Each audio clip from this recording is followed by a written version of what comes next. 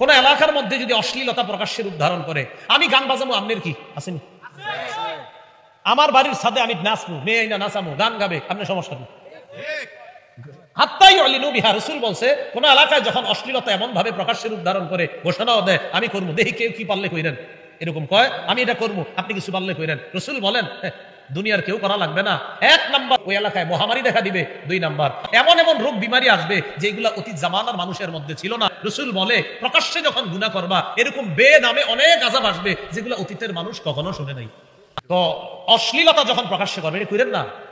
আপনি অপরাধটা করতেছেন, আবার সিনাজুরি করতেছেন, আমি করবো, তোমার কি?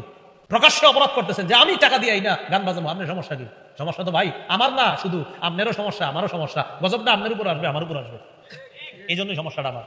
যদি কখনো কেউ এরকম বলে, ঠান্ডা মাথায় বলবেন, ভাইজান আপনার অপরাধের কারণে সমস্যাটা শুধু আমার না, এই এলাকার সবার এবং আপনারও। গজবটা যখন আপনার উপরে আসবে, আমাদের সবার উপর আসবে।